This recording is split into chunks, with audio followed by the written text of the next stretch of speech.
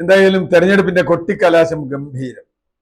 തെലങ്കാന മുഖ്യമന്ത്രി രേവന്ത് റെഡ്ഡിയും കേരള മുഖ്യമന്ത്രിയും തമ്മിലുള്ള വാക്പോര് അതിന്റെ എല്ലാ ലെവലും വിട്ടിരിക്കുന്നു. ഒരു സിനിമാ പേര്, സിനിമയുടെ ഡയലോഗ് നമ്മളൊക്കെ ഒരുപാട് പ്രാവശ്യം കേട്ടുള്ള നീ പോ മോനെ ദിനേശ, നീ പോ മോനെ വിജയ, യുവർ ടൈം ഈസ് ഓവർ, നിന്റെ കാലം കഴിഞ്ഞു, ഇനി പുതിയ മുഖ്യമന്ത്രി വരും കേരളത്തിൽ, ഭരണം കഴിഞ്ഞു എന്ന് പറഞ്ഞു. പക്ഷേ ഒരു കാര്യം നമ്മൾ ശ്രദ്ധിക്കേണ്ടത്, ഇത് ആദ്യമായിട്ട് ഒരാൾ പറയുന്നതല്ല. ഇത് പറഞ്ഞ പലരും ഉണ്ട്. അതിൽ പ്രധാനി വൃന്ദ കാരാട്ടാണ്. നിങ്ങൾ വൃന്ദ കാരാട്ടിന്റെ ഇതെടുത്ത് നോക്കൂ. നീ പോ മോനെ ദിനേശ എന്നുവെച്ചാൽ ഏതാണ്ട് സതീശനെ ഉൾക്കൊള്ളിച്ചിട്ട് നിങ്ങൾക്ക് കിട്ടില്ല, LDF ജയിക്കും. അതൊരു ഡയലോഗാണ്, സിനിമ ഡയലോഗാണ്. ഞാൻ അതിനെ അങ്ങനെ കാണുന്നത്. പക്ഷെ അതിനെ രേവന്ത് റെഡ്ഡി വിജയ എന്നാക്കി. ഇപ്പൊ പറയുന്നത് തന്നേക്കാൾ ഇത്ര പ്രായമുള്ള ആളെ നീ എന്ന് വിളിച്ചോന്ന്. അത് ഇവർക്ക് അറിയാത്തതുകൊണ്ടാ. തെലുങ്കിൽ നീ എന്ന് പറഞ്ഞാൽ നിങ്ങൾ എന്ന് പറയുന്നത് ഒക്കെ ഒരുപോലെ തന്നെയാണ്. നീ എന്ന് പറയുന്ന വാക്കാണ്. ഇപ്പൊ കണ്ണൂർക്കാർ പറയാറില്ലേ ചിലരെ നീ എന്ന് പറയും, നായനാർ പറയാറുണ്ട് നീ. നീ എന്ന് പറഞ്ഞാൽ ഒരു മോശം വാക്കല്ല കണ്ണൂരിനെ സംബന്ധിച്ചിടത്തോളം. അതുകൊണ്ട് നീ എന്നുള്ള വാദമൊക്കെ നിൽക്കട്ടെ. നീ പോ മോനെ വിജയ, തീർച്ചയായും അതിലൊരു സ്റ്റാൻഡേർഡ് കുറവുണ്ട്, ഒരു സംശയമില്ല. അങ്ങനെ പറയേണ്ട കാര്യമില്ല. നീ പോ മോനെ ദിനേശ എന്നാണ് പറഞ്ഞു നിർത്തിയെങ്കിൽ അതിൽ വലിയ പ്രശ്നം പറയാനില്ല. കാരണം ഒരു സിനിമ ഡയലോഗ് പറഞ്ഞു നിർത്തി എന്ന് പറയാം. പക്ഷേ അതിന് കേരള മുഖ്യമന്ത്രി ആലോചിച്ച് പറഞ്ഞ മറുപടിയാണ് ഏറ്റവും വിചിത്രമായ മറുപടി. അദ്ദേഹം പറഞ്ഞ മറുപടി എന്താ? ഡാഷ് മോനെ. ഡാഷ് മോനെ എന്ന വാക്കിന് എന്തൊക്കെ അർത്ഥമുണ്ട്, വ്യാഖ്യാനം നമുക്ക് എന്ത് വേണമെങ്കിൽ കൊടുക്കാം. നബിനെ പൊന്നുമോനെ എന്നാണെന്നാണ് MV ജയരാജൻ പറയുന്നത്. നബിന് അത് പറഞ്ഞാൽ പോരെ, എന്റെ പൊന്നുമോനെ രേവന്ത എന്ന് പറഞ്ഞാൽ പോരെ. അങ്ങനെയല്ലല്ലോ പറഞ്ഞേ, ഡാഷ് മോനെ രേവന്ത. ഇവിടുത്തെ എന്താ പറയാ, അന്തംകമ്മികൾ, സൈബറുകൾ, സാംസ്കാരിക ബുദ്ധിജീവികളൊക്കെ പിണറായി വിജയൻ എന്ത് പറഞ്ഞാലും, ഞാൻ അതിന്റെ ശൈലി പറഞ്ഞാൽ വലിയ കഷ്ടമാണ്. പിണറായി വിജയൻ നികഷ്ടജീവി എന്ന് പറഞ്ഞാലും, ചെറ്റത്തരം എന്ന് പറഞ്ഞാലും, പരനാറി എന്ന് പറഞ്ഞാലും, അല്ലെങ്കിൽ ശുംഭൻ എന്ന് പറഞ്ഞാലും ഒക്കെ ഇതിനൊക്കെ വ്യാഖ്യാനങ്ങളുണ്ട്. ഇതൊക്കെ വലിയ വാക്കുകളാണ്. ഇതൊക്കെ മൊഴിമുത്തുകളായി കണക്കാക്കുന്ന ആളുകളുണ്ട്.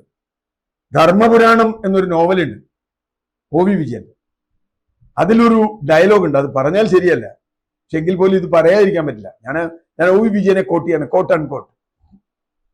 പ്രജാപതി എന്ന് വെച്ചാൽ ഭരണാധികാരിയുടെ കീഴ്ശ്വാസം വിട്ടപ്പോൾ ഹൗ എന്തു സുഗന്ധം എന്ന് സദസ്സിലുള്ള കുറെ ആളുകൾ പറഞ്ഞു എന്ന് OV വിജയൻ പറയുന്നു. അങ്ങനെ പറയുന്ന ആളുകളെ നമുക്ക് വിടാം. അത് ജയരാജന്മാരായാലും അശോകൻ ചെരുവിലായാലും ഒക്കെ വിടാം. കാരണം അവരതേ പറയൂ, അവർക്ക് അതേ പറയാൻ പറ്റും. രാജാവിന്റെ കീഴ്ശ്വാസം സുഗന്ധമാണ് എന്ന് പറയുന്ന OV വിജയന്റെ കഥാപാത്രങ്ങളെ പോലെ, അടിമ ആളുകളെ പോലെ നമുക്ക് വിടാം. ഈ ഡാഷ് മോനെ എന്ന് പറഞ്ഞ കാര്യം നമ്മൾ കുറച്ചു കാലം മുമ്പ് വേറൊരു കാര്യം ചർച്ച ചെയ്തിരുന്നു. തൃശ്ശൂരിൽ എയിംസ് വരേണ്ട വിഷയം വന്നപ്പോ മറ്റേ മോനെ എന്ന് സുരേഷ് ഗോപി പറഞ്ഞു. വൃത്തികെട്ടൊരു പ്രയോഗമാണ് മറ്റേ മോനെ എന്നൊക്കെ പറഞ്ഞു. അന്ന് ഈ സാംസ്കാരിക നായകന്മാരുണ്ടല്ലോ, ഇപ്പൊ ഈ കീഴ്ശ്വാസത്തിന് നല്ല മണമുള്ള സാംസ്കാരിക നായകന്മാർ, അന്ന് എന്താ പറഞ്ഞത്?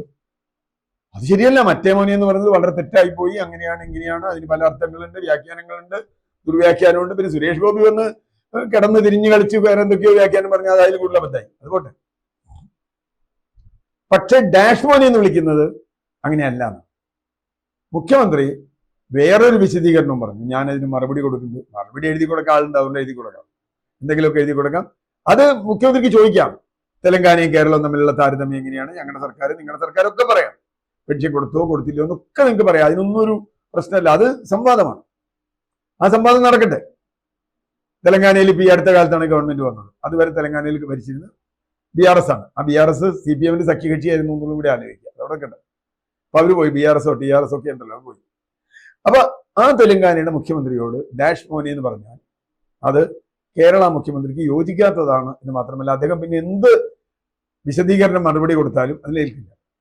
ഞാൻ ഒടുവിൽ അദ്ദേഹം പറഞ്ഞതായി കേട്ടത് ഇന്ന് രാവിലെ, രേവന്ത് റെഡ്ഡിക്കെതിരെ ഞാൻ ഇനിയും പറയും, ഞാൻ പരിപ്പെടുക്കുന്നൊക്കെ പറഞ്ഞ് മുഖ്യമന്ത്രിയുടെ അടുക്കളക്കാർ ഒരാൾ വന്നിട്ടുണ്ട്, നികേഷ് കുമാർ. അതുപോട്ടെ, പരിപ്പെടുക്കോ മറ്റേ ഉരുളക്കിഴങ്ങ് എടുക്കുമോ എന്നൊക്കെ നമുക്ക് ആലോചിക്കാം, തെരഞ്ഞെടുപ്പ് കഴിയട്ടെ.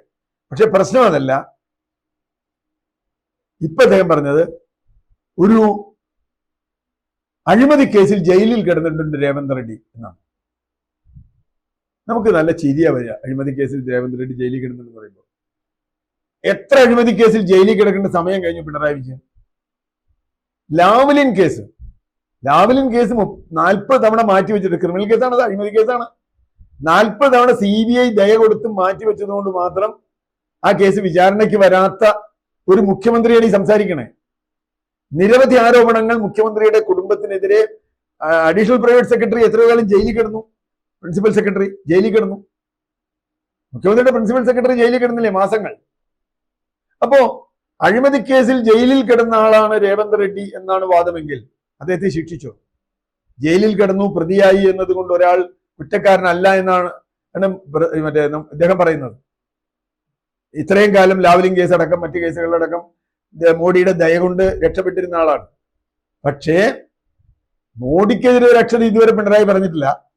രാഹുൽ ഗാന്ധിക്കെതിരെയും രേവന്ത് റെഡ്ഡിക്കെതിരെയും അല്ലെങ്കിൽ തനിക്കെതിരെ വരുന്ന ആളുകൾക്കെതിരെ ഇങ്ങനെ അടിച്ചു മിന്നിക്കുക. കാരണം അവിടുത്തെ പ്രിയം വേണം. അതാണ് രേവന്ത് റെഡ്ഡി പറഞ്ഞത്, അവിടെ ഒരു മോഡി, ഇവിടെ വേറൊരു മോഡി.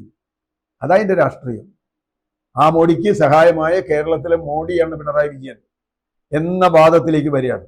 എന്തായാലും തെരഞ്ഞെടുപ്പിന്റെ പ്രചരണത്തിന്റെ വാഗ്വാദങ്ങളുടെ ഭാഷ വല്ലാതെ മാറിയിരിക്കുന്നു. ഒരു ന്യൂജൻ എന്ന് ഞാൻ പറയില്ല, ജൻസി എന്ന് എന്തെങ്കിലും പറയാം, അങ്ങനെ ഒരു നിലവാരത്തിലേക്ക് വന്നിരിക്കുന്നു. നമ്മുടെ മലയാളം അടക്കമുള്ള സിനിമകളിലൊക്കെ ഇത് വരുന്നുണ്ട്. ഏതായാലും ഈ വിവാദം എത്രത്തോളം ബാധിക്കും, ആരെ ബാധിക്കും എന്നുള്ളത് നമുക്ക് പറയാൻ പറ്റില്ല. കേരളത്തിന്റെ മുഖ്യമന്ത്രി അങ്ങനെ പറയരുതായിരുന്നു എന്ന് കേരളീയൻ എന്ന നിലയ്ക്ക് എനിക്ക് പറയാൻ കഴിയും.